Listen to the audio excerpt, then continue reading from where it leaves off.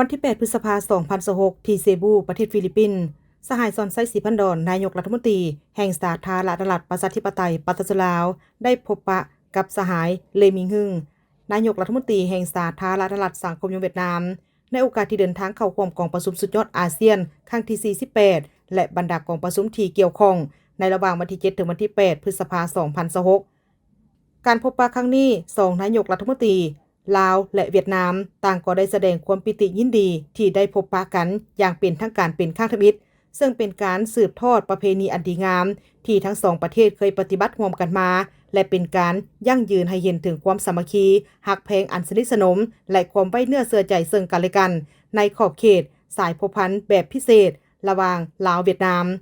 สองฝ่ายได้ตีราคาสูงต่อสายพัวพันธ์มิตรภาพอันยิ่งใหญ่ความสามัคคีพิเศษการร่วมมือรอบด้านและหุ้นส่วนยุทธศาสตร์ระหว่างสองประเทศในระยะที่ผ่านมาที่มีการขยายตัวอย่างประยุทธ์ยั่งและเข้าสู่ล่วงลึกในทุกขงเขตเวียดงานโดยเฉพาะเป็นการร่วมมือทางด้านการเมืองการป้องกันชาติป้องกันความสงบ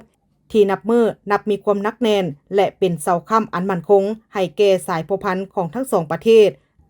และในขงเขตเศรษฐกิจก็มีบาดก้าวหันเปลี่ยนที่น่าพึงพอใจและมีหมากผลตัวจริงหลายขึ้น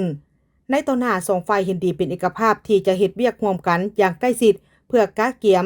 การจัดบรรดากิจกรรมต่างๆเพื่อเฉลิมฉลองปีสามัคคีมิตรภาพลาวเวียดนามก็คือ2วันประวัติศาสตร์คือวันสั่งตั้งสายพัวพันธ์การทูตครบรอบ65ปีและวันเซ็นสนธิสัญญามิตรภาพและการร่วมมือครบรอบ50ปีในปี2027ที่จะมาถึงนี้